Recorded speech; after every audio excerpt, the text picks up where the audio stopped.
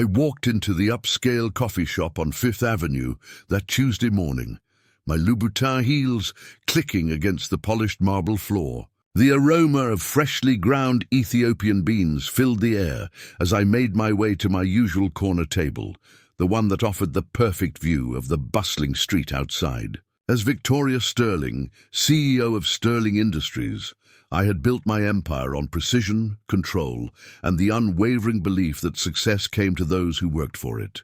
My morning routine was sacred: black coffee, financial reports, and 30 minutes of peace before the chaos of board meetings and million-dollar deals consumed my day. Before we jump back in, tell us where you're tuning in from, and if this story touches you, make sure you're subscribed, because tomorrow I've saved something extra special for you. The coffee shop was my sanctuary, a place where I could observe the world from behind the safety of my designer sunglasses. I had always found comfort in watching people hurry past the windows, each lost in their own struggles that seemed so distant from my penthouse reality. That morning, however, my carefully constructed world was about to crumble, and it would all begin with a simple question from a child who couldn't have been more than 6 years old. I had just opened my laptop when I heard it, a small, innocent voice that cut through the ambient chatter like a knife through silk. "Daddy, why is that lady sitting all alone on the street? She looks cold." I glanced up from my screen, following the direction of the voice. Near the window, a man sat with his young son, both hunched over steaming cups of hot chocolate. The father, probably in his early 30s, wore a faded denim jacket that had seen better years. His jeans were clean, but worn thin at the knees, and his work boots showed the kind of scuffs that came from honest labor. The little boy, with tousled brown hair and eyes bright with curiosity, pressed his small face against the glass. Outside, an elderly woman sat huddled against the building, her weathered hands wrapped around a cardboard sign that I couldn't quite read from my position. The winter wind whipped through the street, and I watched as she pulled a thin blanket tighter around her shoulders. "That's Mrs. Chen, buddy," the father replied softly, his voice carrying a warmth that made me pause in my typing. "She's having a really hard time right now." The man's name, I would later learn, was David Martinez. He worked construction during the day and attended night classes, studying to become a social worker. His son, Tommy, was everything to him, the light that guided him through 18-hour days and helped him believe that tomorrow could be better than today. Tommy pressed closer to the window, his breath fogging the glass. "But Daddy, why doesn't someone help her? Why doesn't she have a home like us?" David set down his cup and pulled his son onto his lap, wrapping his arms around the small frame. I found myself leaning forward, inexplicably drawn to their conversation despite myself. "Well, buddy, sometimes life gets really complicated for people," David explained, his voice patient and gentle. "Sometimes people lose their jobs, or they get sick and can't afford medicine, or maybe they don't have family to help them when things get tough." I watched as Tommy nodded solemnly, processing this information with the serious consideration that only children seemed capable of. "Is she sad, Daddy?" Tommy asked, his small voice barely audible above the coffee shop's background noise. David glanced out the window at Mrs. Chen, and I saw something in his expression that I hadn't expected: recognition, empathy, and a deep understanding that spoke of personal experience. "Probably, son. When you don't have a warm place to sleep or enough food to eat, it can make you feel very sad and scared." David's answer was honest, not sugar-coated the way many parents might have responded. There was something refreshing about his approach, something that made me continue listening, even though I had reports to review and calls to make. Tommy was quiet for a moment, his small fingers tracing patterns on the window. Then, with the kind of innocent wisdom that only children possess, he asked the question that would change everything. "Daddy, can angels be poor?" David paused, clearly taken aback by the depth of his son's question. I watched as he considered his response, his eyes moving from his son's expectant face to the woman outside, then back again. The coffee shop seemed to grow quieter around us, as if the universe itself was waiting for his answer. "You know what, Tommy?" David said finally, his voice taking on a tone that suggested he was sharing something profound. I think angels come in all different forms. Some angels wear fancy clothes and live in big houses, and some angels wear old coats and sleep under bridges. But what makes someone an angel isn't how much money they have in their pocket. It's how much love they have in their heart. I felt my breath catch in my throat. Here was this man, who clearly didn't have much himself, teaching his son that worth wasn't measured by wealth. It was a lesson I had never learned, a perspective that challenged everything I had built my life around. Tommy tilted his head, considering this. So Mrs. Chen could be an angel? David smiled, and it was the kind of smile that reached his eyes and seemed to light up his entire face. She absolutely could be, buddy. In fact, I think she might be one of the most important angels on this whole street. Why? Tommy asked, genuinely curious. David pointed gently toward the window. See how she always says thank you when people give her something? And how she shares her food with that stray cat that comes around? And remember last week when she helped that tourist who was lost? Angels don't help people because they have to. They do it because that's who they are inside.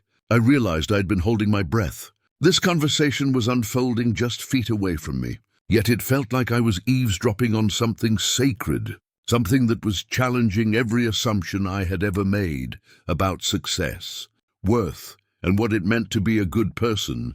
But Daddy, Tommy continued, his young mind working through the complexities, if she's an angel, why doesn't God give her a house and food and warm clothes? It was the kind of question that could stump theologians. Yet David didn't hesitate. Well, son, maybe God didn't forget about her. Preparing and narrating this story took us a lot of time, so if you are enjoying it, subscribe to our channel. It means a lot to us. Now back to the story. Maybe God sent her here to teach the rest of us something important. David's voice grew thoughtful.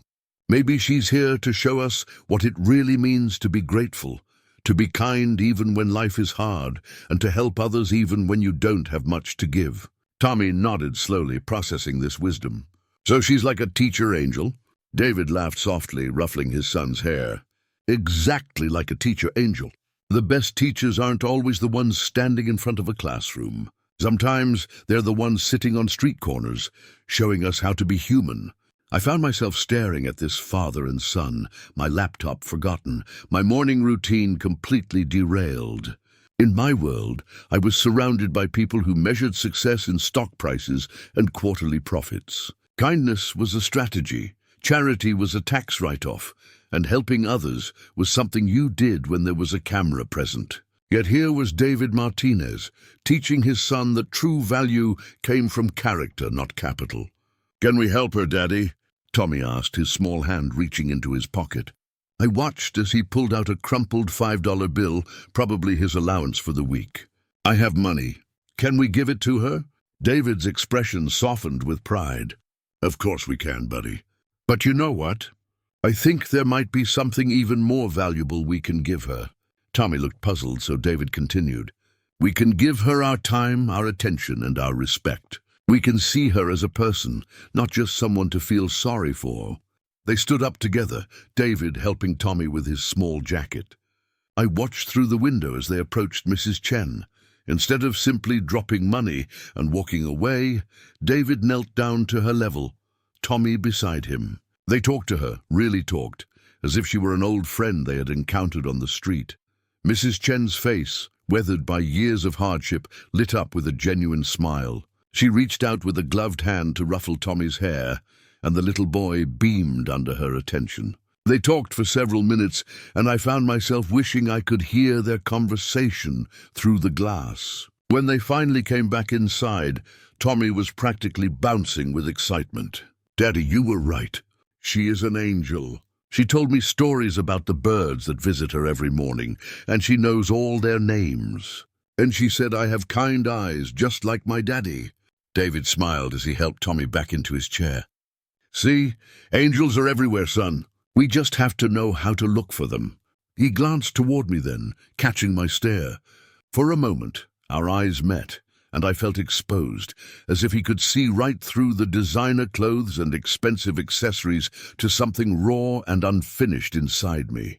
I quickly looked away, pretending to focus on my laptop screen, but the damage was done. David's words echoed in my mind. Angels are everywhere. We just have to know how to look for them. When was the last time I had looked for angels? When was the last time I'd seen anyone as more than a means to an end, a contact in my network, or an obstacle to my success? The conversation continued around me, but I found it increasingly difficult to concentrate on anything else. Tommy was telling his father about school, about his friends, about a book he was reading. David listened with the kind of attention I rarely gave to anyone, asking questions and showing genuine interest in his son's world. "Daddy," Tommy said suddenly, "do you think I could be an angel someday?" David's response came without hesitation. "Tommy, you already are an angel. Every time you share your toys with kids who don't have any, every time you help someone who's fallen down, every time you see the good in people, that's exactly what angels do." I felt something crack inside my chest, a hairline fracture in the armor I had built around my heart. This little boy, sitting in a modest coffee shop wearing hand-me-down clothes, possessed something I had spent millions trying to acquire: the respect and admiration of someone who truly mattered. David looked at his son the way I wished anyone would look at me, with pure, unconditional love and genuine pride. My phone buzzed with a text message, pulling me back to my reality. It was from my assistant, reminding me of my 10 o'clock meeting with potential investors. I glanced at my watch and realized I had been sitting there for 40 minutes, completely absorbed in the lives of strangers. This wasn't like me. Victoria Sterling didn't get distracted. Victoria Sterling didn't have time for sentiment or philosophical discussions about angels and poverty. Yet as I packed up my laptop, I couldn't shake the image of Mrs. Chen's smile, or the sound of Tommy's innocent question, or the sight of David treating a homeless woman with the same respect he might show a CEO. There was something profound happening in that simple interaction, something that made my achievements feel hollow and my priorities seem misaligned. I stood to leave, but found myself hesitating. Through the window, I could see Mrs. Chen still sitting in her spot, the cardboard sign now visible from my angle. It read, "Anything helps. God bless." She was elderly, probably in her 70s, with silver hair pulled back in a neat bun despite her circumstances. Her clothes were worn but clean, and she sat with a dignity that seemed unshakable despite her situation. As I watched, a businessman in an expensive suit walked past her without a glance, talking loudly on his phone about stock options and profit margins. A young woman in designer jeans stepped around her carefully, avoiding eye contact as she hurried toward the subway entrance. Person after person passed by, each treating Mrs. Chen as if she were invisible, as if her humanity was somehow diminished by her circumstances. But then I remembered David and Tommy, how they had approached her with genuine warmth and interest. They hadn't seen her as a problem to be solved or an uncomfortable reality to be ignored. They had seen her as Mrs. Chen, a person with stories and wisdom and worth that existed independently of her financial situation. The realization hit me like a physical blow.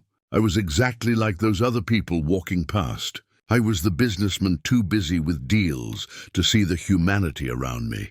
I was the woman stepping carefully around discomfort, avoiding anything that might challenge my carefully constructed worldview. I had built my entire identity around the belief that success was synonymous with worth, that money was the ultimate measure of value, and that people's circumstances were simply the result of their choices and efforts. But David's words to his son had shattered that belief system in a matter of minutes. Angels don't help people because they have to. They do it because that's who they are inside. What did that make me? If angels were defined by their capacity for love and kindness, what was I?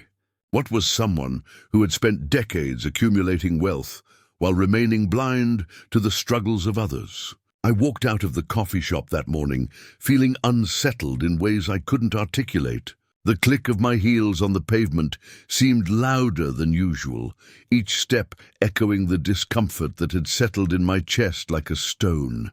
My driver was waiting at the curb with the black Mercedes engine running, ready to whisk me away to Sterling Industries headquarters where my carefully orchestrated day awaited. But instead of sliding into the back seat, as I had done thousands of times before, I found myself pausing on the sidewalk. Mrs. Chen was still there, sitting quietly against the building, her weathered hands folded neatly in her lap.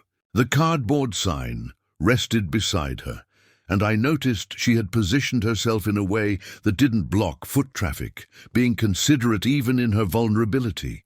"Ma'am?" My driver called through the open window. "Your 10 o'clock meeting?"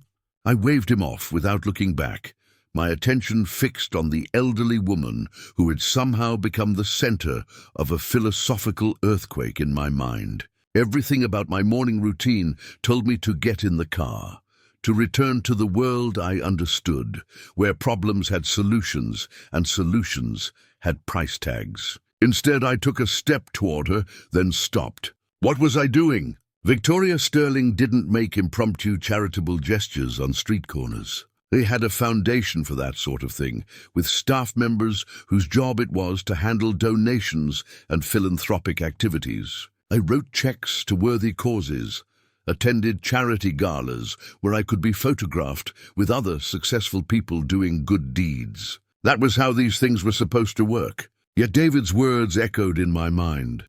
We can give her our time, our attention, and our respect. We can see her as a person, not just someone to feel sorry for. The simplicity of his approach had been striking. He hadn't pulled out his wallet and thrown money at the problem. He hadn't treated Mrs. Chen as a cause or a tax deduction. He had treated her as a human being worthy of genuine conversation. I realized I was standing frozen on the sidewalk, caught between two worlds. Behind me, the coffee shop represented the observation deck, where I watched life happen to other people. Ahead of me sat Mrs. Chen, representing something I couldn't name but desperately wanted to understand. My phone buzzed insistently in my purse, probably my assistant wondering where I was, but I ignored it. Mrs. Chen looked up then, her eyes meeting mine. They were brown eyes, clear and intelligent, despite the lines that surrounded them. There was no desperation in her gaze, no pleading or manipulation. She simply looked at me the way one human being looks at another, without judgment or expectation. It was perhaps the most honest look anyone had given me in years. "Good morning," she said, her voice soft but steady. The greeting caught me off guard. Here was a woman sitting on a cold sidewalk, asking for help to survive, and she was greeting me as if we were neighbors meeting over a garden fence. The normality of it, the dignity in her tone, made something shift inside my chest. "Good morning," I replied, though the words felt strange on my lips. When was the last time I had exchanged pleasantries with someone who wasn't part of my professional network or social circle? When was the last time I had spoken to someone who had nothing to gain from being nice to me? I found myself taking another step closer, then another, until I was standing just a few feet away from her. Up close, I could see details that hadn't been visible from inside the coffee shop. Her grey hair was clean and carefully braided. Her clothes, while old and worn, were neat and organized. She had a small stack of books beside her, and I could see titles that suggested someone with education and intelligence. This wasn't the stereotypical image of homelessness that existed in my sheltered mind. "I saw you talking with David and Tommy earlier," I said, surprising myself with the admission.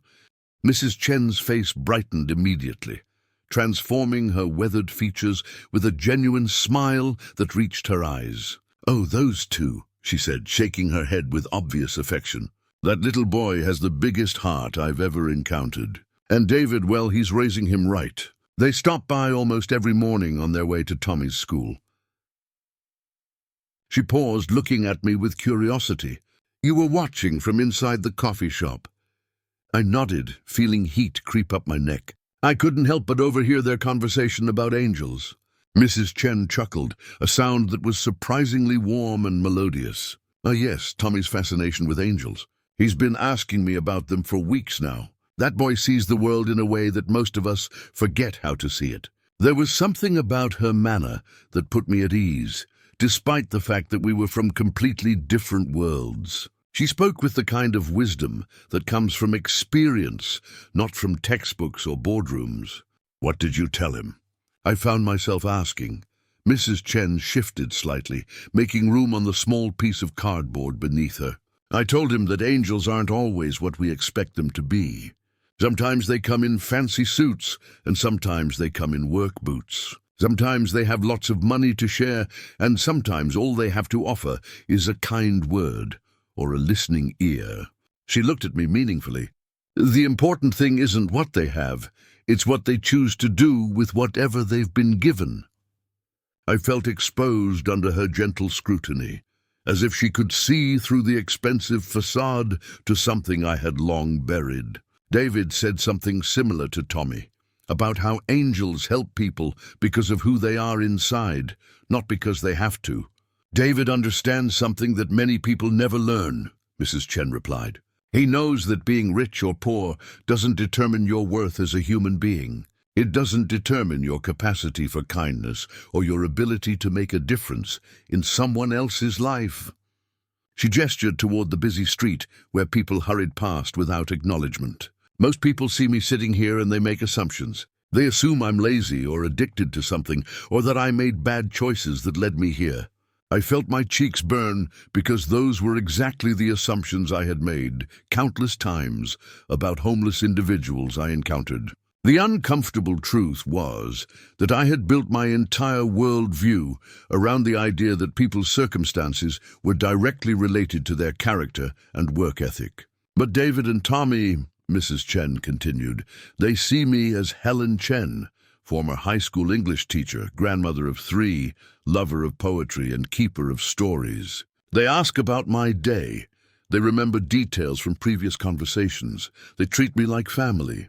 Her voice grew soft with emotion. "Do you know how rare that is? Do you know how precious it is to be seen as a whole person instead of just a problem or a statistic? Helen Chen, she had a name, a history, a profession."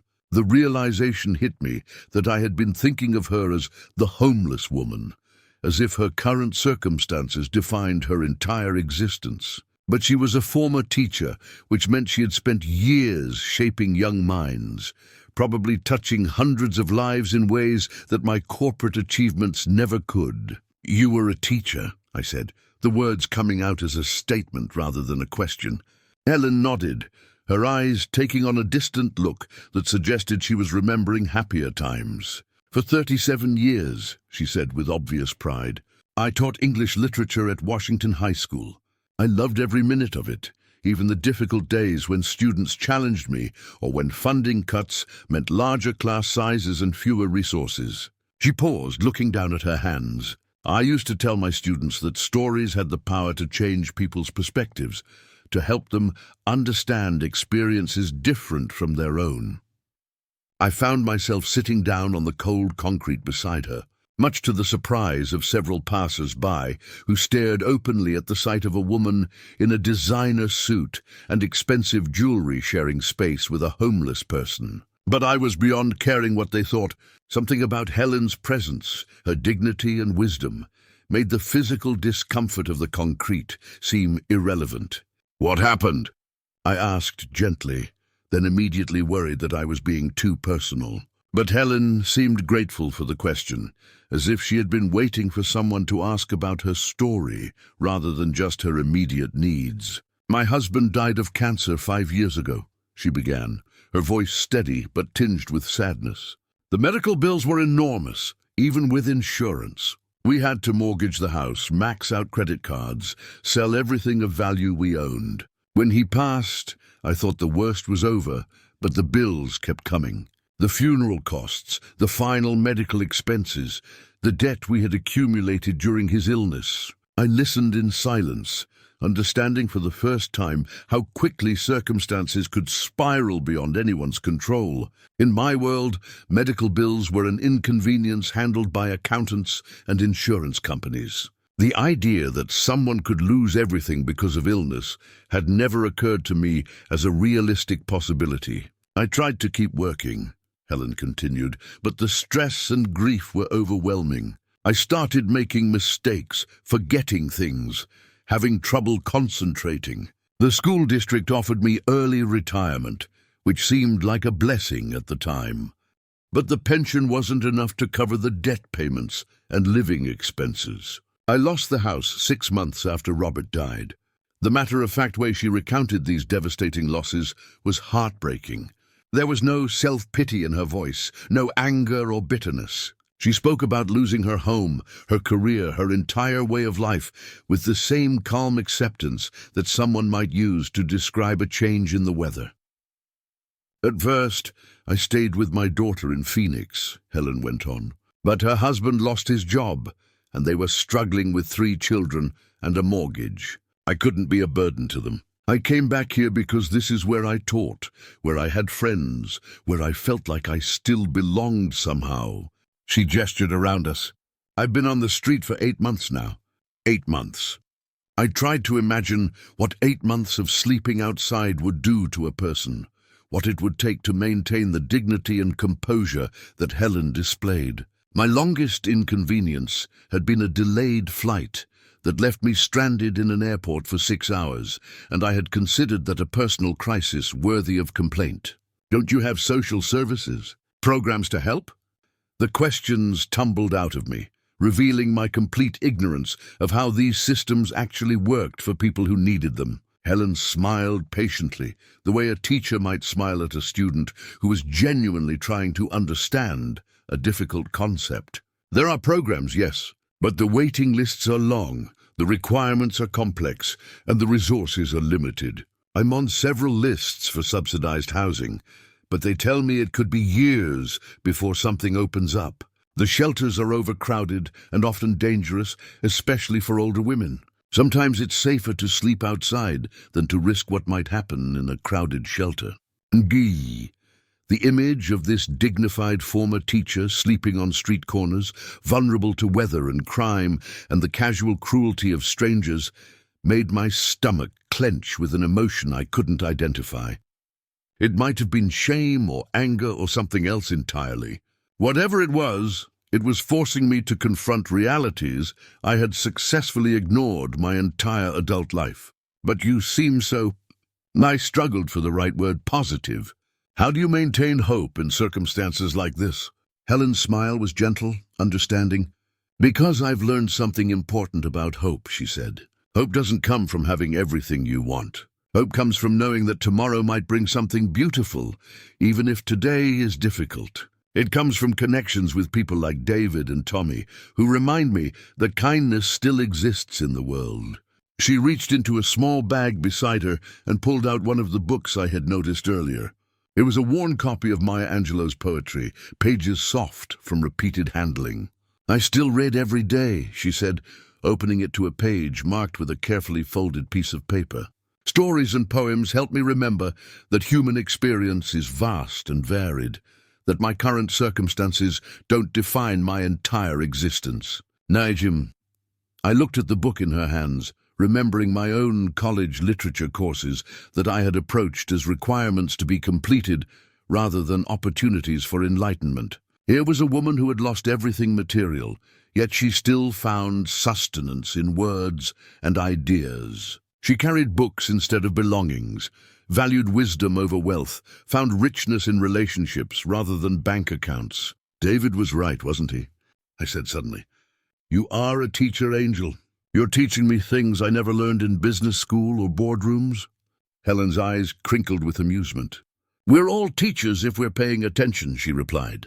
And we're all students if we're humble enough to learn. The question is whether we choose to see the lessons that life presents to us. She looked at me directly, her gaze kind but searching. What's your name, dear? I've been thinking of you as the elegant woman from the coffee shop, but I'd like to know who you really are. The simple question stopped me cold. Who was I really? Victoria Sterling, CEO, millionaire, master of the universe? Those were titles and achievements, but were they identity? Tommy had asked his father if angels could be poor, forcing a conversation about worth and value that transcended material circumstances. Now Helen was asking me who I was, and I realized I wasn't sure I knew the answer. I'm Victoria, I said finally, the name feeling strange without the usual attachments of titles and credentials. Helen smiled as if I had given her a gift. Victoria, that's a beautiful name. It means victory, doesn't it? I nodded, thinking of all the corporate victories I had achieved, all the deals I had won, all the competitors I had defeated. But sitting on cold concrete next to a homeless former teacher, those victories felt hollow and meaningless. What kind of victories matter most to you, Victoria? Helen asked, as if she could read my thoughts. It was another question that seemed simple on the surface, but cut straight to something fundamental that I had never examined.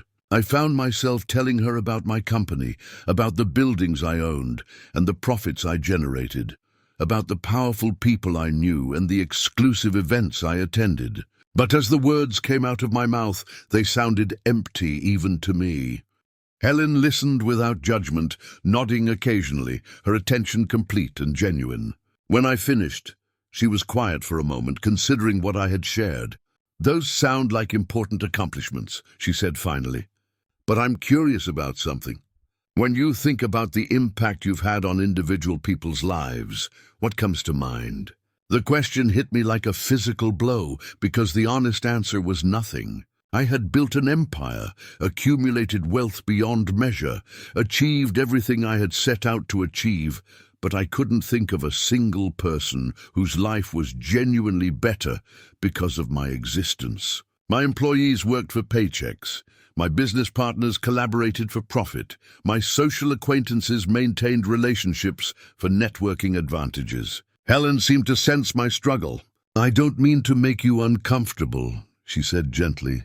"It's just that in my teaching years, I learned that the victories that matter most are the ones that happen in human hearts. The student who discovers they love reading, the shy child who finds their voice, the troubled teenager who realizes someone believes in them. Those are the victories that last."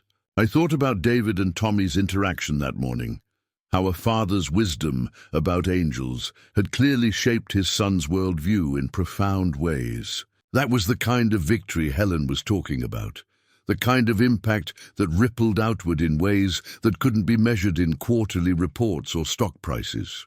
"You're right," I admitted, the words feeling both painful and liberating. "I can't think of anyone whose life is better because of me." "Not really. Not in the way you mean." Helen reached over and touched my hand gently, her skin weathered but warm. "But that can change, Victoria. Today can be the day you start building those different kinds of victories. The beautiful thing about life is that it's never too late to become the person you were meant to be." Helen's words hung in the air between us like a challenge wrapped in compassion. Today can be the day you start building those different kinds of victories. As I sat there on the cold concrete, feeling the December wind cut through my expensive wool coat, I realized that everything I thought I knew about success was crumbling around me, like a house of cards in a hurricane. My phone had been buzzing relentlessly in my purse, and I finally pulled it out to see 17 missed calls from my assistant, 4 from board members, and a string of increasingly frantic text messages about the investor meeting I was supposed to be leading. The 10 o'clock had become 10:30, which was rapidly approaching 11. In my world, time was money, and I was hemorrhaging both by sitting on a sidewalk having an existential crisis with a homeless woman. But as I stared at the screen full of urgent messages and missed opportunities, something remarkable happened. For the first time in my adult life, I didn't care. The meetings that had seemed so crucial an hour ago now felt like elaborate games played by people who had forgotten what truly mattered. The investors who were waiting for my presentation would either invest or they wouldn't, and the world would continue spinning regardless. "You have somewhere important to be," Helen observed, noticing my phone. There was no judgment in her voice, just understanding. She'd probably watched hundreds of people like me hurry past, slaves to schedules and obligations that seemed earth-shatteringly important from the inside, but insignificant from her perspective. "I thought I did," I replied, surprising myself with the honesty. "But I'm beginning to wonder if I've been confusing urgency with importance for most of my life." I tucked the phone back into my purse without responding to any of the messages.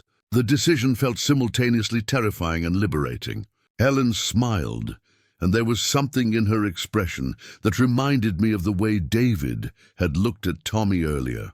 That mixture of pride and understanding that comes when someone you care about makes a wise choice. That's a difficult lesson to learn when your entire world revolves around deadlines and deliverables. I remember feeling the same way during my teaching years, when administrative demands started taking precedence over actual education. "How did you handle it?" I asked. "How did you keep from losing sight of what mattered?" Helen was quiet for a moment, her eyes distant as she remembered. "I had a student once, a young man named Marcus, who was failing everything," she began. "He was angry, disruptive, convinced that school was pointless and that teachers were just another part of a system designed to keep him down. Most of my colleagues had written him off as a lost cause." She paused, adjusting her position on the cardboard beneath us. But there was something in his essays, when he bothered to write them, that showed real intelligence and insight. He had thoughts and ideas that were profound, but he expressed them with such rage that people stopped listening. I started staying after school to work with him, not on grammar or structure, but on finding ways to channel that anger into something constructive. I found myself leaning forward, drawn into the story despite myself. In my world, problematic employees were simply replaced. Difficult clients were dropped and obstacles were removed rather than transformed. The idea of investing time and energy into someone who wasn't immediately productive was foreign to me. "It took months," Helen continued. "Some days he wouldn't show up. Other days he would argue with everything I said, and there were times when I wondered if I was wasting both our time. But slowly, gradually, something started to change. He began to trust that I actually cared about what he had to say, not just whether he could fill in the right answers on a test." "What happened to him?" I asked, genuinely curious about the outcome. Helen's face lit up with the kind of joy that comes from witnessing transformation. "He graduated, went to community college, then transferred to a 4-year university. He became a social worker, and now he runs programs for at-risk youth in Detroit. But more importantly, he learned that his voice mattered, that his experiences and insights had value, that he could use his anger as fuel for positive change instead of destruction." The story hit me like a revelation. Here was a victory that couldn't be measured in dollars or percentages, but its impact had rippled out to touch countless other lives. Marcus had probably influenced hundreds of young people, who would go on to influence others, creating an endless chain of positive change that began with one teacher who refused to give up on a difficult student. "That's the kind of victory you were talking about," I said, understanding flooding through me. "The kind that multiplies and grows and creates more victories." Helen nodded, her expression pleased that I was beginning to grasp the concept. "Exactly. And the beautiful thing is that those opportunities are everywhere, if we're willing to see them. Every interaction we have with another human being is a chance to plant a seed that might grow into something wonderful." She gestured toward the busy street, where people continued to hurry past without acknowledgement. "Every person walking by has a story, has struggles, has dreams and fears and hopes. We can choose to see them as interruptions to our important schedules, or we can see them as opportunities to practice compassion." I thought about my typical day, filled with meetings where I saw people as functions rather than individuals, where success was measured by what I could extract from each interaction rather than what I could contribute. Board meetings where I intimidated rather than inspired. Business lunches where I manipulated rather than collaborated, social events where I networked rather than connected. "I don't think I know how to see people that way," I admitted, the confession feeling both shameful and necessary. "I've spent so many years viewing relationships as transactions that I'm not sure I remember how to have genuine human connections." Helen's expression remained kind, without a trace of judgment or condescension. "It's like any skill," she said gently. "It gets easier with practice. And the wonderful thing is that you can start practicing right now with the very next person you encounter. She pointed toward the coffee shop where I could see David and Tommy getting ready to leave. Tommy carefully bundling up in his small winter coat. Those two have been practicing compassion so long that it's become second nature to them.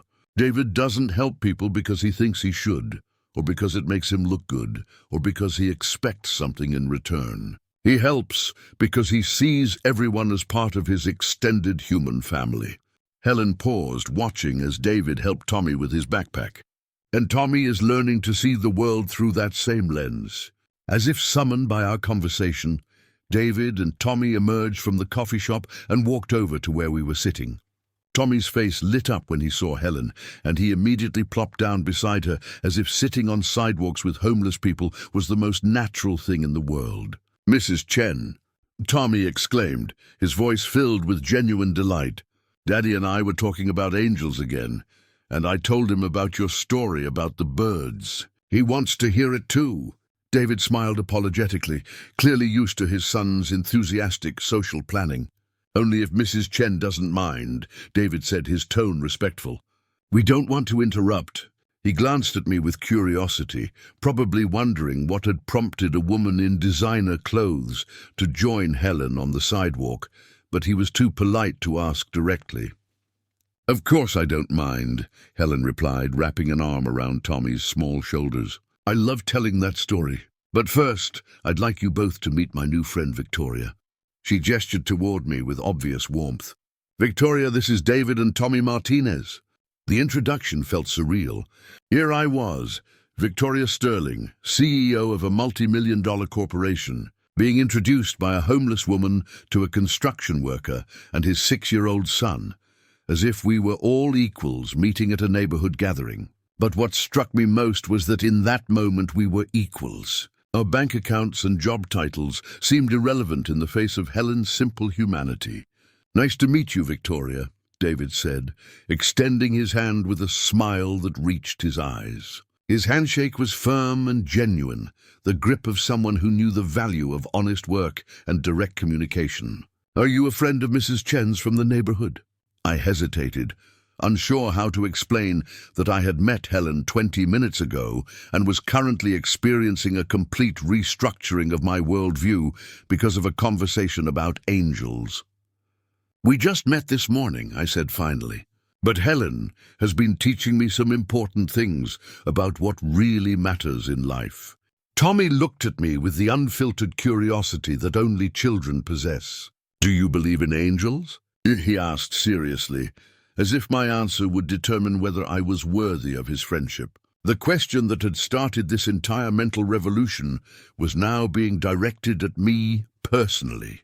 I looked at Tommy's earnest face, then at David's encouraging expression, then at Helen's gentle smile. 3 people who had shown me more genuine kindness in one morning than I had experienced in years of high society interactions. 3 people who had redefined my understanding of wealth, success, and human worth without even trying, Steve. "I'm starting to," I replied honestly.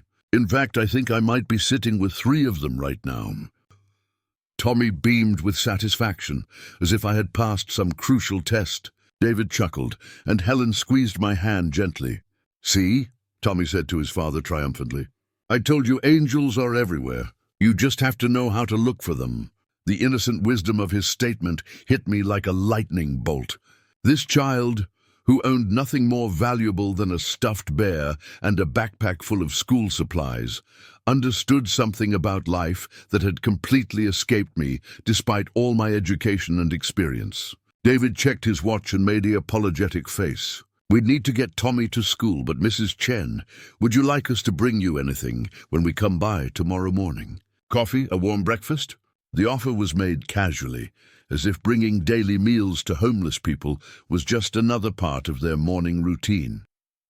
"That's very kind of you, dear," Helen replied. "But you've already given me so much. Your friendship means more than you know." David shook his head firmly. "Friendship isn't about keeping score," he said simply. "It's about showing up for each other when we can. We'll see you tomorrow morning."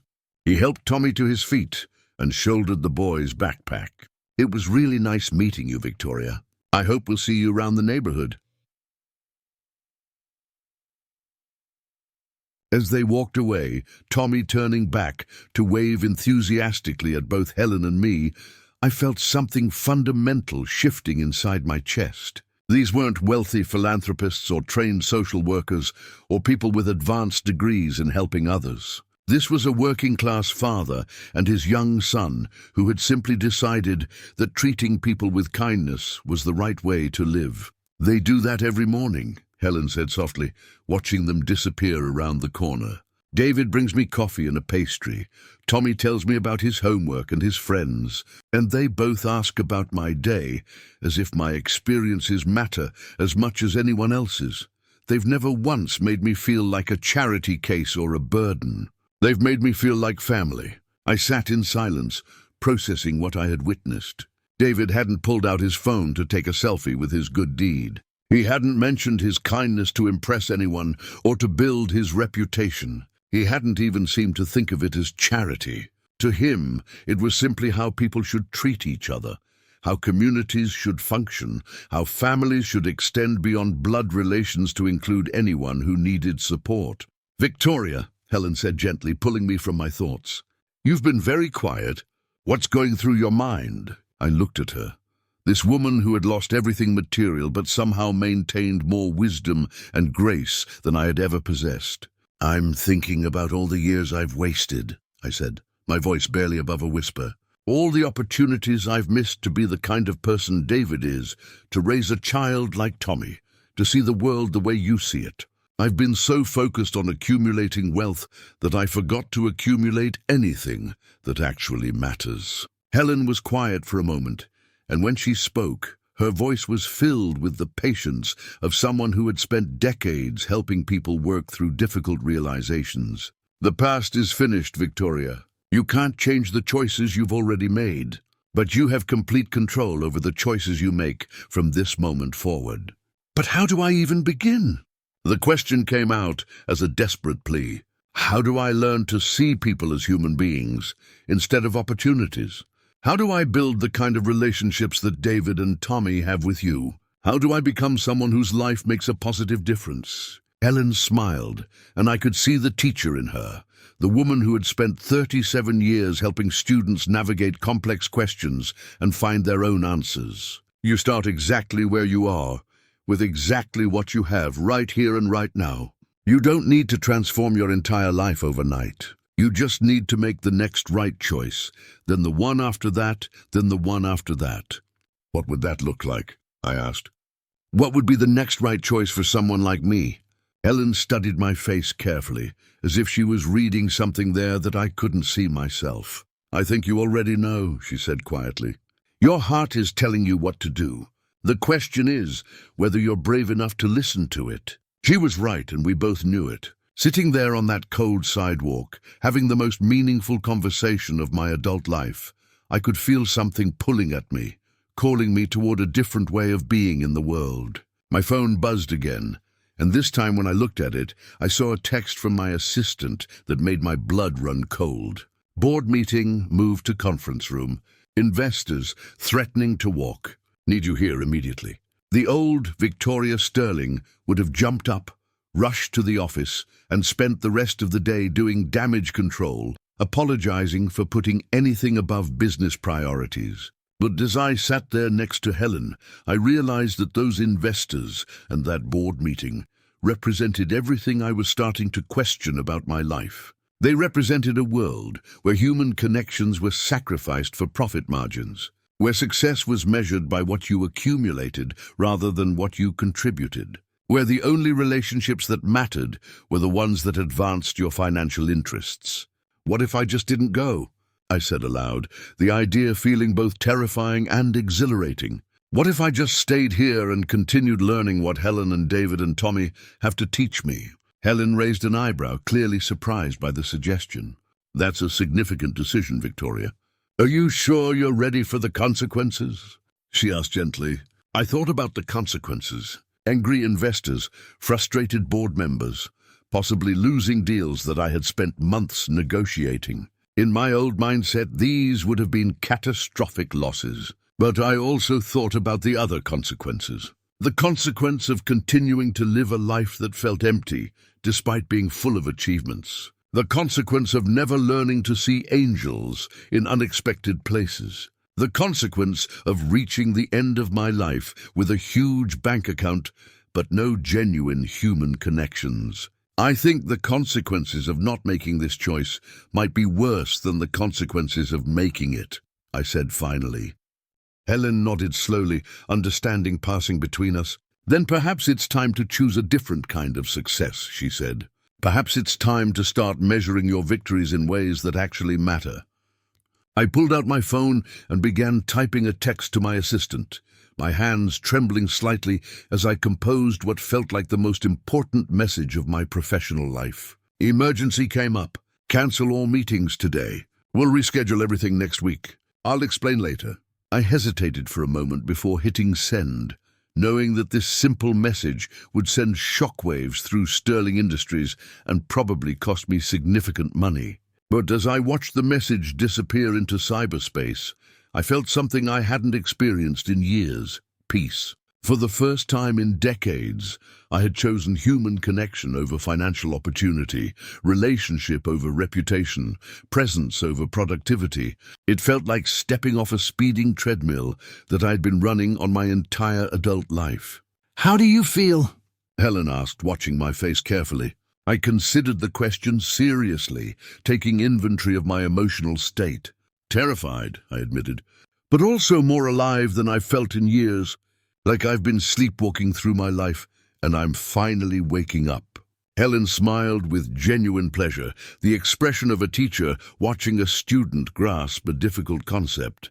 That's exactly what awakening feels like, she said. Terrifying and exhilarating at the same time. The comfortable numbness is gone, but so is the emptiness that comes with it. She paused, looking at me with something that might have been pride. You're about to discover what it feels like to be fully human, Victoria. It's messy and complicated and sometimes painful, but it's also beautiful beyond imagination. As if to punctuate her words, my phone rang. The caller ID showed my assistant's name, and I could imagine the panic and confusion that my message had created. The old me would have answered immediately, would have spent the next hour explaining and apologizing and trying to minimize the damage to my reputation and business relationships. Instead, I turned off the phone completely and put it back in my purse. I think I need a break from being Victoria Sterling, CEO, I said. Today, I just want to be Victoria, human being. Helen clapped her hands together with delight, the gesture so spontaneous and joyful that it made me laugh out loud. Now that, she said with obvious satisfaction, is the beginning of wisdom. The hours that followed my decision to abandon the corporate world, even temporarily, felt like stepping into an alternate universe where time moved differently and priorities realigned themselves according to some natural order I had forgotten existed. Helen and I sat on that sidewalk for what felt like minutes, but turned out to be hours, talking about everything and nothing. Sharing stories that peeled back layers of assumption and revealed the raw humanity underneath. As the morning progressed into afternoon, I found myself experiencing the city through completely different eyes. Where I had once seen obstacles and inefficiencies, I now noticed details that had been invisible to my success-focused tunnel vision. The way sunlight caught the windows of buildings and cast dancing shadows on the sidewalk. The rhythm of foot traffic that ebbed and flowed like a urban tide. The snippets of conversation and laughter that painted a picture of countless individual lives intersecting for brief moments before continuing on their separate journeys. But more importantly, I began to see the people, really see them. Not as potential clients or networking opportunities or obstacles to navigate around, but as human beings carrying their own hopes and struggles and dreams. A young mother pushing a stroller while juggling a phone call and a coffee, clearly trying to balance work demands with childcare responsibilities. An elderly man feeding pigeons from a small bag of breadcrumbs, his face lit up with simple joy at their enthusiastic response. A group of teenagers laughing at some shared joke, their carefree energy a reminder of youth's beautiful obliviousness to life's complications. "You're watching them differently now," Helen observed, following my gaze as I took in the street scene with newfound curiosity. "Yesterday, you would have walked past all of these people without really seeing them. Today, you're noticing their stories." She was absolutely right. In my previous life, these same people would have been background noise, scenery to be navigated, while I focused on more important matters. Now I found myself wondering about their lives, their challenges, their moments of joy and sorrow. The shift in perspective was both humbling and exhilarating. "Tell me about your family, Victoria," Helen said, settling back against the building wall with the comfortable ease of someone who had made peace with unconventional seating arrangements. "Do you have people in your life who know the real you, beyond the corporate success story?" The question hit me like a cold splash of water. I opened my mouth to respond, then closed it again, realizing I wasn't sure how to answer. Did I have family? Technically, yes. My parents lived in a retirement community in Florida, their pride in my financial achievements serving as the primary foundation for our relationship. We exchanged birthday cards and holiday phone calls, conversations that rarely ventured beyond surface-level updates about business ventures and vacation plans. "My parents," I said finally, the words feeling inadequate. "But we're not particularly close. They're proud of my success, but I don't think they really know who I am as a person." "I'm not sure I know who I am as a person." The admission felt both vulnerable and liberating. "What about siblings? Close friends? A romantic partner?" Helen's questions were gentle but persistent, like a skilled therapist helping a patient excavate buried emotions. I shook my head slowly, the reality of my isolation becoming clearer with each query. "I was married once, briefly, about 10 years ago," I said, surprised to find myself sharing something I rarely discussed, even with business associates. James was a corporate lawyer, very ambitious, very driven. We seemed perfect for each other on paper. Same educational background, similar career trajectories, compatible social status. Helen waited patiently as I struggled to find words for experiences I had never really processed. But we never connected on any deeper level. Our relationship was like a business partnership with romantic window dressing. We scheduled intimate dinners the same way we scheduled board meetings. We talked about market trends and real estate investments instead of dreams and fears and hopes for the future.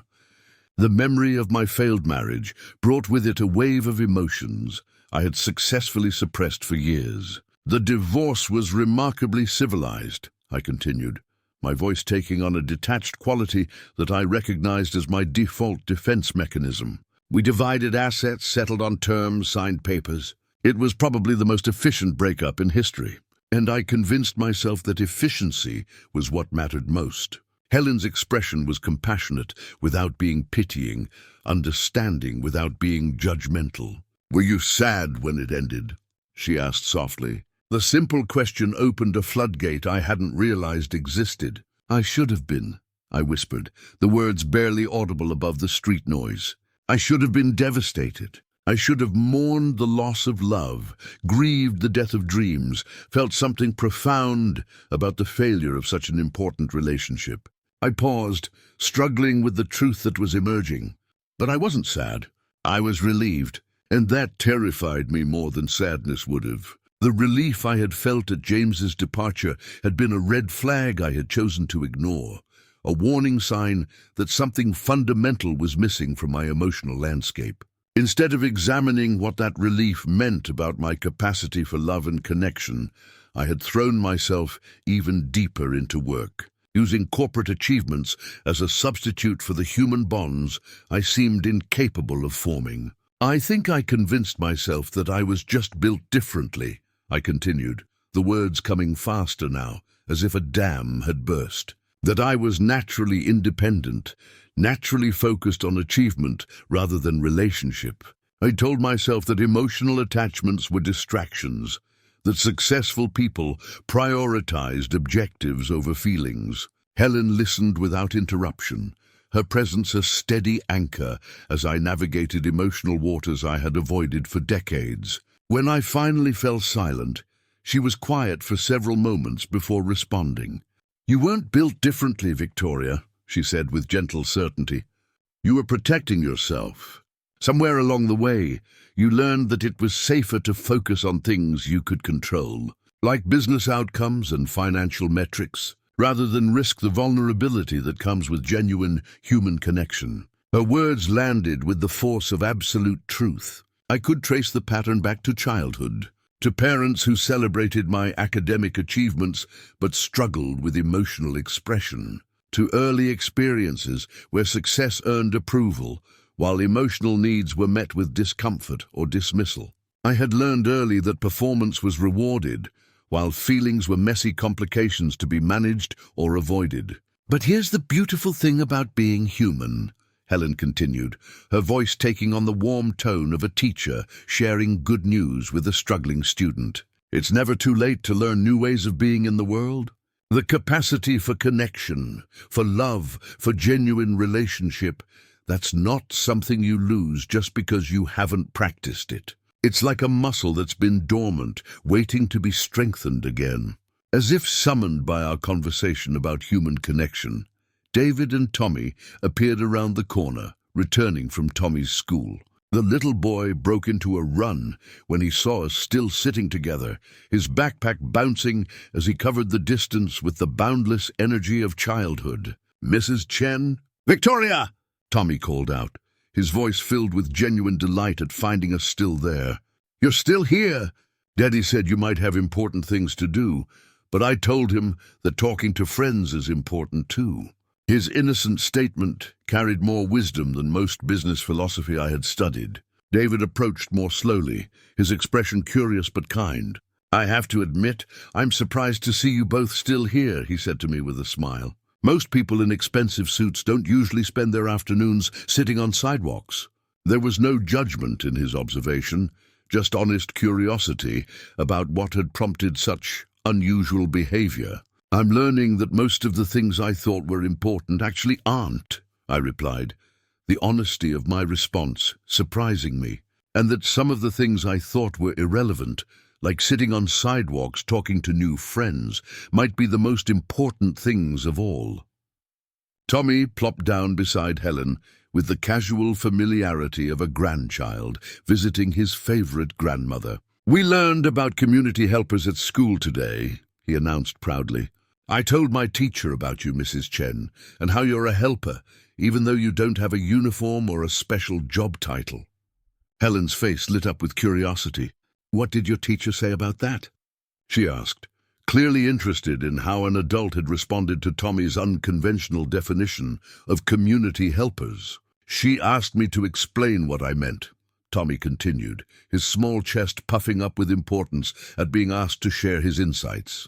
"So I told her that you help people by listening to their stories and remembering their names and making them feel like they matter. And I said that helping people feel important is just as helpful as being a police officer or a firefighter." The simple profundity of Tommy's observation sent a jolt through my system. Here was a 6-year-old child who understood something about service and community that had completely escaped my adult comprehension. He recognized that human dignity and emotional support were forms of help that didn't require badges or official positions. That sometimes the most important assistance someone could offer was simply seeing and acknowledging another person's worth. "That's exactly right, Tommy," David said with obvious pride in his son's insight. "Some of the most important helpers in our community don't wear uniforms. They're just people who choose to treat others with kindness and respect." He looked at me meaningfully. People who take time out of their busy days to sit with a friend and share stories. The recognition in David's voice made me realize that my presence here wasn't going unnoticed or unappreciated. In my corporate world, presence was measured by productivity, by what you accomplished while you were there. But in this sidewalk community that had formed around Helen, presence itself was a form of contribution, a way of saying that someone's company was valuable enough to justify the investment of time and attention. Victoria, Tommy said, turning to me with the direct gaze that only children manage, what kind of community helper are you? What's your job? The question should have been simple to answer, but I found myself struggling with how to explain my corporate role in terms that a 6-year-old would understand. Or more importantly, in terms that would make sense in the context of this conversation about genuine help and service. I used to think I was a business helper, I said slowly, working through the answer as I spoke. I thought I helped people by making companies more successful and profitable. But I'm starting to wonder if I was actually helping anyone, or if I was just making rich people richer. Tommy considered this with the seriousness that children bring to important questions. Did it make you happy? He asked, cutting straight to the heart of the matter with the precision that only innocent inquiry could achieve. The question stopped me cold. Had it made me happy? I thought about the satisfaction I had derived from successful deals, the rush of adrenaline that came with corporate victories, the sense of accomplishment that followed each new achievement. But underneath all of that, had there been genuine happiness? I thought it did, I answered honestly. But I think I confused being successful with being happy. They're not the same thing, are they? Tommy shook his head with the certainty of someone who understood happiness intuitively. Happiness is when you feel good inside and you want to share that good feeling with other people, he said, with the matter-of-fact tone of someone explaining something obvious. Like when I help Mrs. Chen feel better, that makes me happy. Or when Daddy reads me stories at bedtime, that makes us both happy. His definition of happiness was so pure, so uncomplicated by the layers of achievement and acquisition that had clouded my own understanding. Happiness, according to Tommy, was an internal state that naturally wanted to extend itself to others, a feeling that multiplied when shared rather than diminished. Tommy's got it figured out, David said, ruffling his son's hair affectionately. Happiness comes from connection, from feeling like you're part of something bigger than yourself, from knowing that your presence in the world makes things a little better for someone else. I thought about my penthouse apartment, my luxury car, my designer clothes, my impressive bank account. All symbols of success, all markers of achievement, but none of them sources of the kind of happiness that Tommy was describing. None of them created connection or community or the sense of contributing to something meaningful beyond my own advancement. I don't think I've ever experienced that kind of happiness, I said, the admission feeling like stepping off a cliff into unknown territory. I've experienced satisfaction, accomplishment, pride, even moments of triumph, but not the kind of deep contentment that comes from feeling genuinely connected to other people. Helen reached over and took my hand, her weathered fingers warm and steady. But you're experiencing it right now, aren't you? She said gently. Sitting here with us, being part of this conversation, feeling like your presence matters to people who care about you as a person rather than for what you can do for them. That feeling in your chest right now, that sense of peace mixed with excitement, that's what genuine happiness feels like. She was right, and the recognition hit me like a revelation. Despite sitting on cold concrete, despite abandoning my corporate responsibilities, despite facing what would undoubtedly be professional consequences for my absence, I felt more content and alive than I had in years. The warmth in my chest wasn't coming from achievement or acquisition. It was coming from connection, from being seen and accepted for who I was rather than what I had accomplished. It feels different than I expected, I said wonderingly. It's quieter than success, but deeper, more sustainable. David nodded with understanding. That's because it doesn't depend on external circumstances, he explained. The happiness that comes from achievement is always temporary because it depends on continuing to achieve more and more. But the happiness that comes from connection and service, that grows stronger the more you practice it. So Tommy had been listening to our adult conversation with the patient attention that suggested he was absorbing lessons, even when he couldn't fully articulate their meaning. Now he piped up with another observation that cut straight to the essence of what we were discussing. Maybe Victoria could be a new kind of community helper, he suggested brightly. Maybe she could help rich people learn how to be happy, like poor people know how to be happy.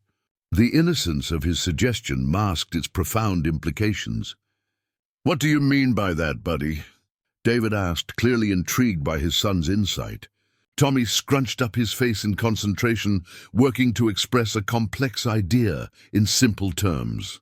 "Well, Mrs. Chen doesn't have lots of money, but she knows how to be happy and how to make other people feel good. And Victoria has lots of money, but she's still learning how to be happy. So maybe she could teach rich people how to be happy by showing them what Mrs. Chen and you taught me about helping others." Oh, the suggestion was so innocent, so pure in its logic, that it took my breath away.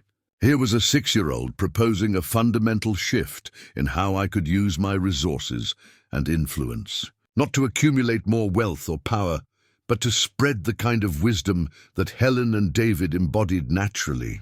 "Tommy, that might be the most brilliant idea I've ever heard," I said, my voice filled with genuine awe at his insight. "You're suggesting that I could use my position in the business world to teach other successful people about the things that actually matter." Helen clapped her hands together with delight.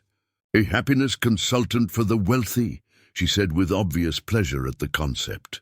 "Someone who helps people understand that true prosperity isn't measured in dollars, but in relationships, in service, in the depth of connection you create with your community." The idea began to take shape in my mind, not as a business venture designed to generate profit, but as a calling that could bridge the gap between the world I had inhabited and the world I was discovering. I could imagine workshops where executives learned about genuine leadership through service, retreats where successful people discovered the joy of authentic relationship, programs that helped the wealthy understand their responsibility to use their resources for community building rather than just personal accumulation. "I could start with my own company," I said, excitement building as the possibilities expanded. "Instead of measuring success purely by profit margins, we could start evaluating our impact on employees, on community, on the broader ecosystem of relationships that our business affects." David's expression grew thoughtful. "That could be revolutionary," he said slowly. "Imagine if businesses started prioritizing human flourishing alongside financial performance. Imagine if success was measured by how many people felt valued and supported, rather than just by how much money was generated."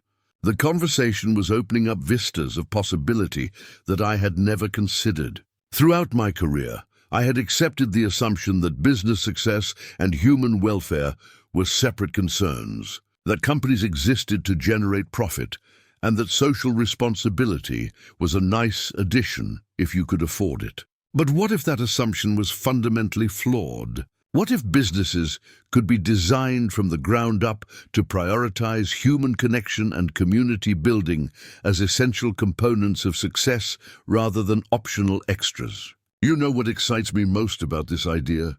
Helen said, her eyes sparkling with the enthusiasm of a teacher who sees a student about to make a breakthrough. "It's not just about helping wealthy people become happier. It's about creating a ripple effect where those people go back to their companies and their social circles and start spreading this different understanding of success." She was right. The potential impact was exponential rather than linear.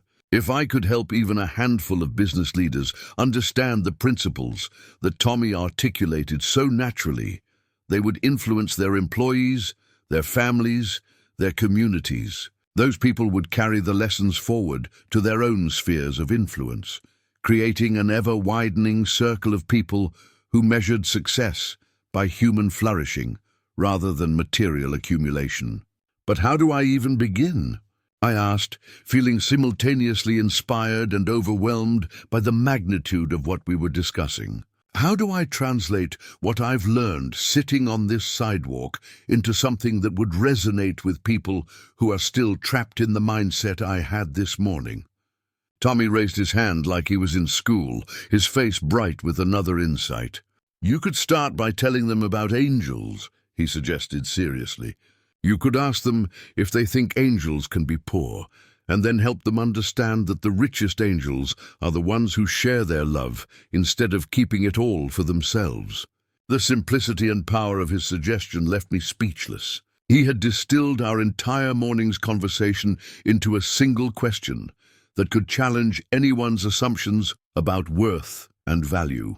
The question that had started his own conversation with David about angels and poverty could become the opening that invited others to examine their own beliefs about success and meaning. "Tommy, you might just be the wisest teacher I've ever encountered," I said, reaching over to squeeze his small hand. "That question has the power to change everything for someone who's ready to hear it." As the afternoon sun began to cast longer shadows across the sidewalk, I realized that something fundamental had shifted, not just in my thinking, but in my entire sense of identity. The woman who had walked into the coffee shop that morning was someone I barely recognized now. That Victoria had been driven by metrics and margins, by achievement and acquisition, by the relentless pursuit of more. This Victoria was discovering that enough was already here, that fulfillment was already available, that the richness she had been seeking existed in the connection she was forming right here on this unlikely corner of the city. "I need to ask you all something," I said, looking at each of their faces in turn.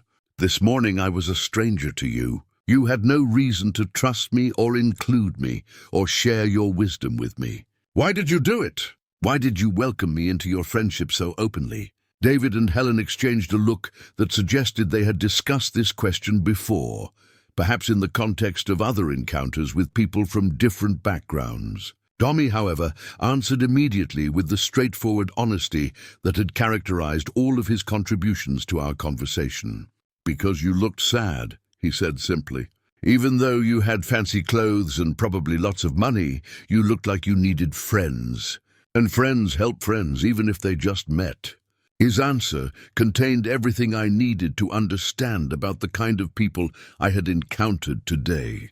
They didn't help others because of what they might receive in return, or because of social obligations, or because of how it would make them look to other people. They helped because they saw need and responded with compassion, because they recognized that human connection was more important than social barriers, because they understood instinctively that we are all part of the same human family, regardless of our circumstances or backgrounds. "Tommy's right," David added with a smile.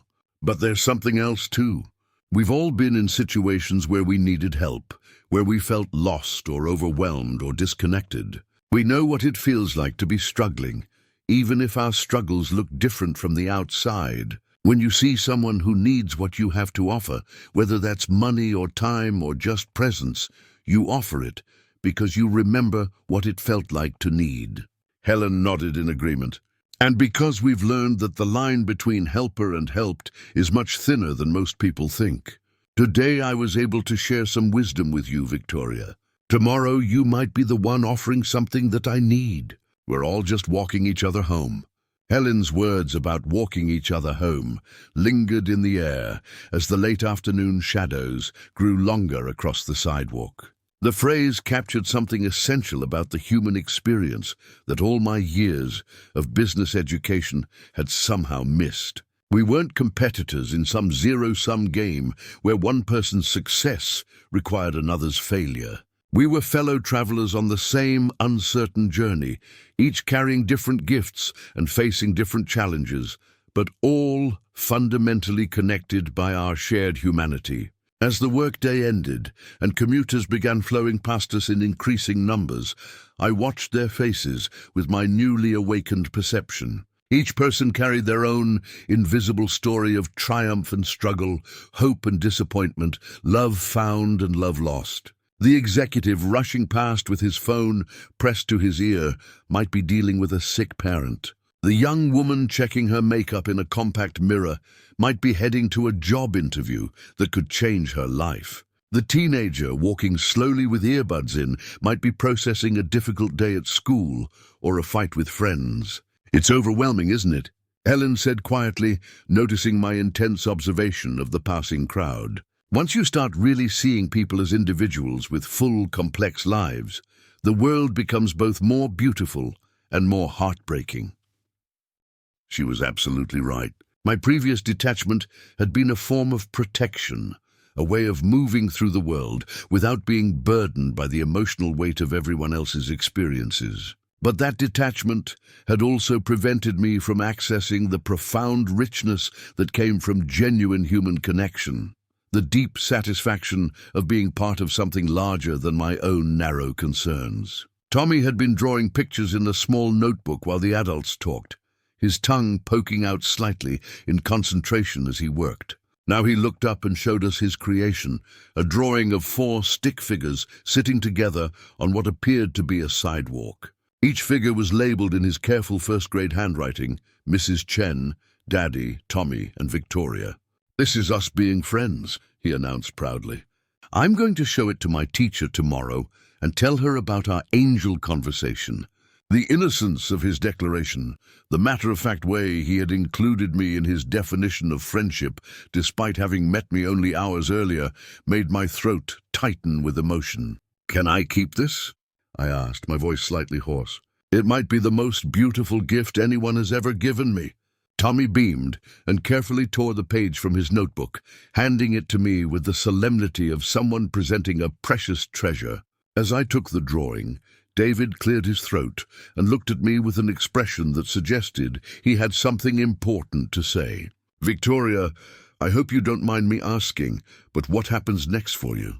This morning you had a completely different life, and tonight you're going to go home to that life, but with this new understanding. How do you bridge those two worlds?" His question cut straight to the heart of my anxiety about returning to my normal routine. The transformation I had experienced felt so profound that I worried it might dissolve like a dream when I re-entered the corporate environment that had shaped my identity for so many years. How do you maintain a sense of connection and purpose when you're surrounded by people who measure worth in stock prices and quarterly reports? "I'm honestly not sure," I admitted. "Part of me wants to walk away from everything and start completely over. But I'm also beginning to think that maybe the answer isn't to abandon my position, but to transform it from the inside out." Helen leaned forward with interest. "What would that look like practically?" she asked. "How would Victoria the person change how Victoria the CEO operates?" I thought about Tommy's suggestion that I could teach wealthy people how to find the happiness that seemed to come naturally to people like Helen and David. The idea had seemed abstract when he first proposed it, but now I could envision concrete steps that would begin shifting my company's culture toward valuing human flourishing alongside financial performance. "I could start by changing how we measure success," I said, the ideas beginning to crystallize as I spoke. Instead of evaluating employees purely on productivity metrics, we could include assessments of how they contribute to team morale, how they support colleagues who are struggling, how they embody our values in their daily interactions. David nodded thoughtfully. "That would send a powerful message about what the company actually values," he said. "People pay attention to what gets rewarded, not just what gets talked about in mission statements." And I could implement policies that acknowledge that employees are whole human beings with lives and concerns beyond work, I continued, momentum building as the possibilities expanded. Flexible schedules for people dealing with family crises, mental health support, childcare assistance, programs that encourage community service and civic engagement. Helen clapped her hands together with delight. "Now you're thinking like someone who understands that individual well-being and organizational health are interconnected," she said. "Happy, supported employees don't just perform better, they create better outcomes for everyone they interact with." But even as I outlined these practical changes, I knew that the most important transformation would be less tangible and more personal. The way I showed up in meetings, the questions I asked, the priorities I communicated through my actions and decisions. The shift from seeing people as resources, to be optimized, to seeing them as human beings, to be valued and supported. "There's something else," I said, looking directly at Helen. "I want to make sure you have stable housing and the support you need. Not as charity, but as an investment in someone whose wisdom and perspective could benefit others who are struggling with similar challenges. Helen's eyes filled with tears, but her voice remained steady.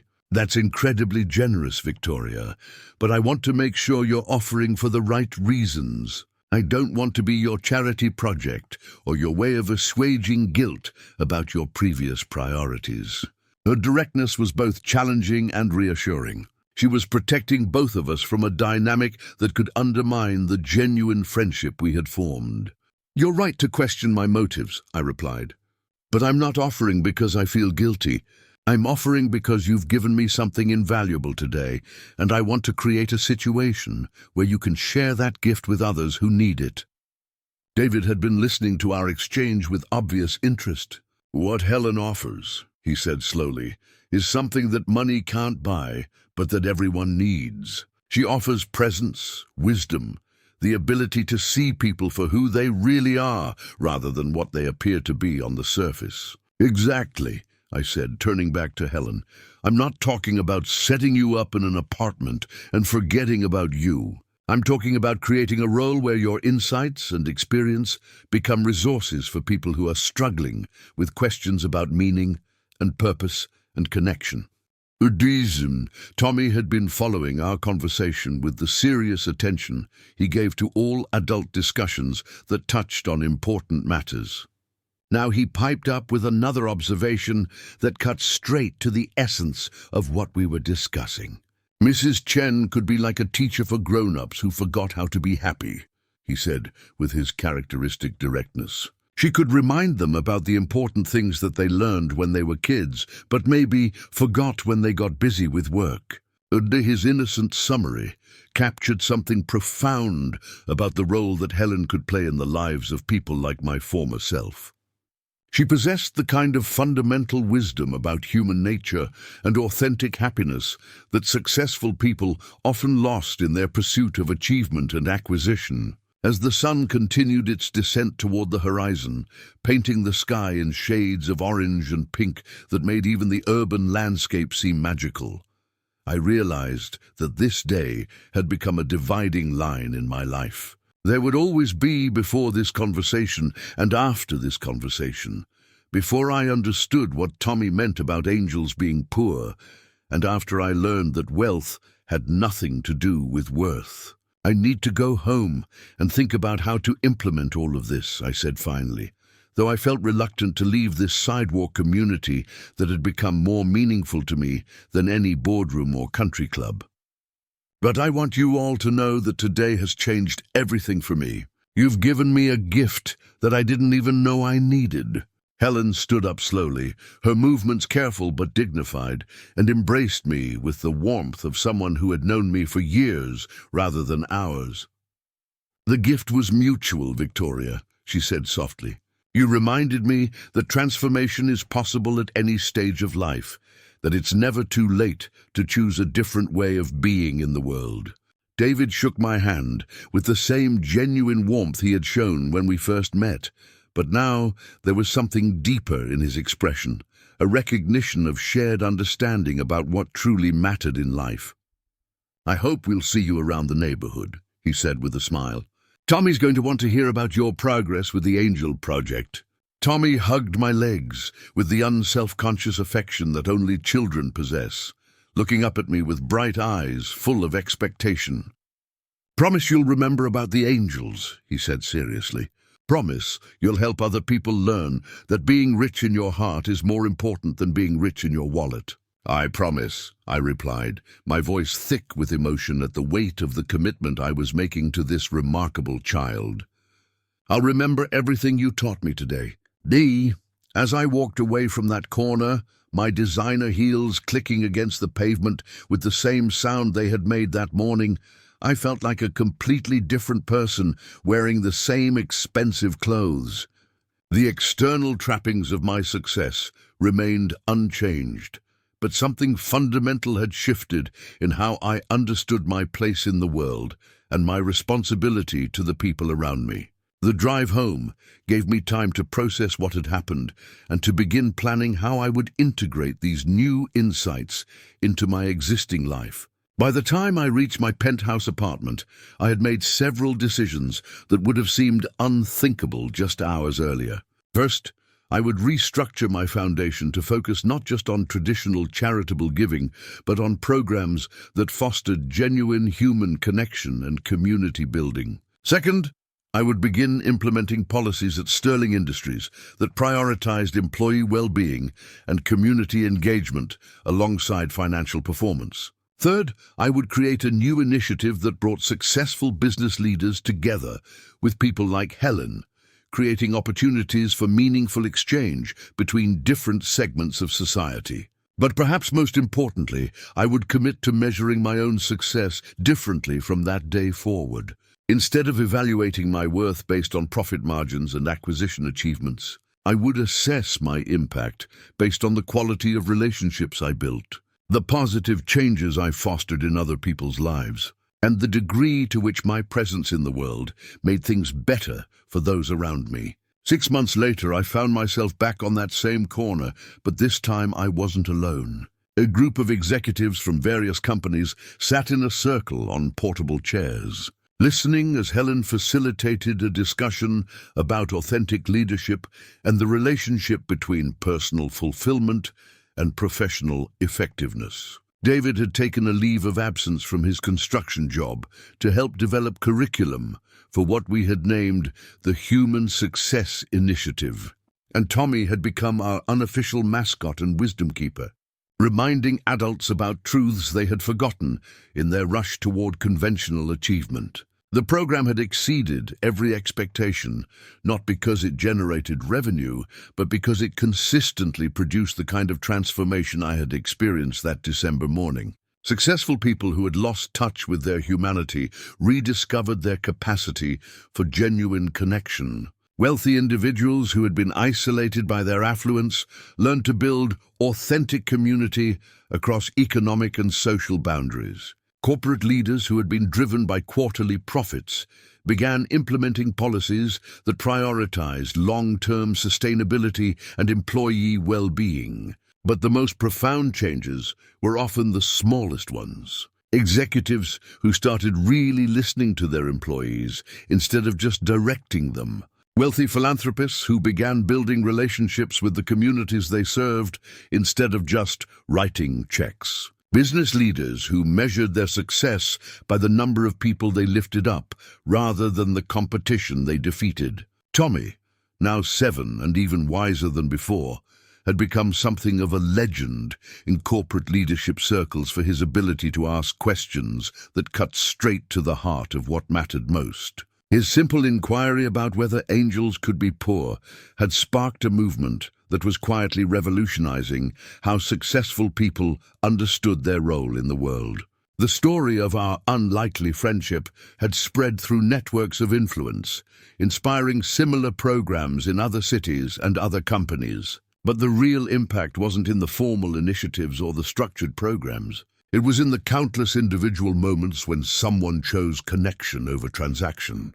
When a person in power used their influence to lift someone up, rather than advance their own interests. When wealth became a tool for building community, rather than just accumulating more wealth. Helen had moved into a comfortable apartment, but she still spent her mornings on that corner, now by choice rather than necessity. She had discovered that her gift for seeing people's true worth and helping them recognize their own capacity for happiness was something the world desperately needed. Her informal counseling sessions with executives, students, and struggling individuals had become legendary for their ability to help people find their way back to authentic purpose and genuine connection.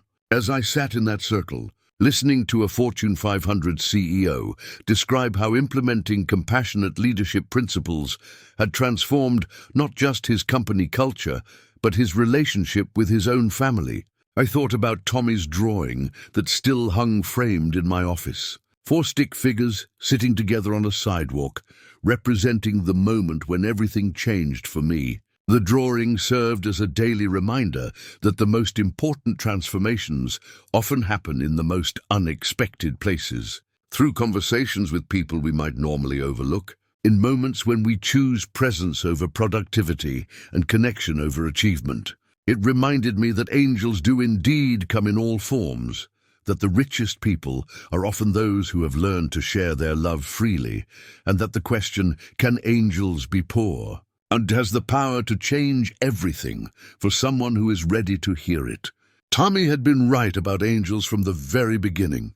They are everywhere, waiting to be recognized by people who have learned to see with their hearts instead of their bank accounts. And once you start seeing them, once you understand that worth has nothing to do with wealth and everything to do with love, the world becomes a completely different place, rich with possibility and abundant with connection. Up next, you've got two more standout stories right on your screen. If this one hit the mark, you won't want to pass these up. Just click and check them out.